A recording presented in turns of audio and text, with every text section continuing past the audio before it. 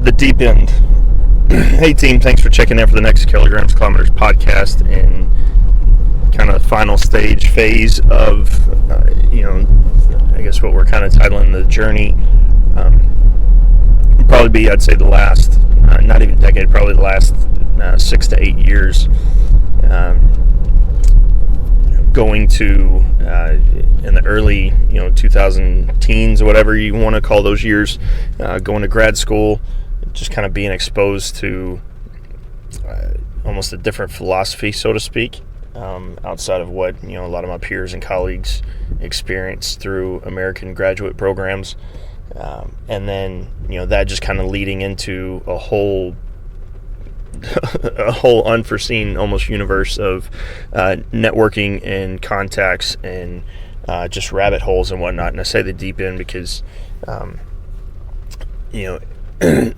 looking back now, it's a lot of the stuff that coaches and educators and mentors really kind of harp on in terms of strength conditioning coaches is really just surface level, and it almost seems to be a lot of the things that get debated the most, when really what I've come to look at and how I've come to approach training and working with individual athletes is kind of the deeper level that sets and reps and squat technique and those types of things are almost kind of like the symptoms, whereas looking deeper towards the virus of what yes, a knee is caving in, but what's a bigger reason for that happening? Look for kind of the secondary and tertiary or third level causes for that to happen, and then finding those unique ways to not only target it but also improve it.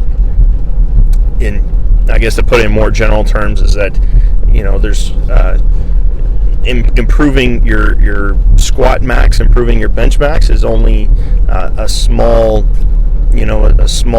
drop in the bucket in terms of improving performance. And that as they say, bench press, squat, deadlift, I guess you would say, are very sport specific exercises if you're a power lifter. And so not that for a football player, it's not that there's a sport specific exercise that's going to make you better at running, catching, blocking, something like that, except being a little bit unique, having that combination of working with your skills coach and your performance or strength coach.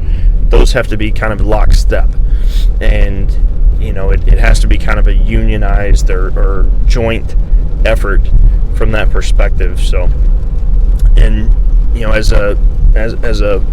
from a personal perspective, when those things don't align, it becomes very, very frustrating, very difficult if a performance or strength coach and a skills coach or a team coach, sport coach, is not aligned in what's going on or how things are kind of targeted. So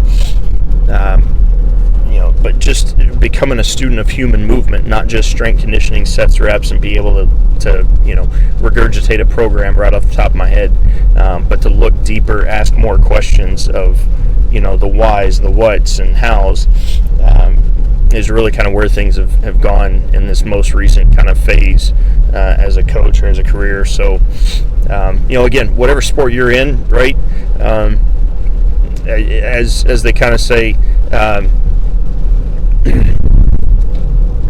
at some point, I think in the 60s, 70s, I heard the breakthrough for Russian hockey was actually coming from a dance choreographer, and so kind of the best learning you can have is from something or someone outside of your scope.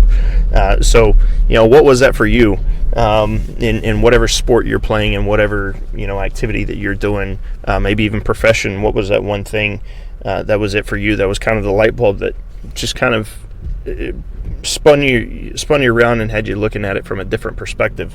Love to hear those stories. So please share it. Send an email or DM, or if you got it, just send me a text or a message on WhatsApp. Love to hear about it. But otherwise, let's go into this weekend energized and ready to go, and let's keep working.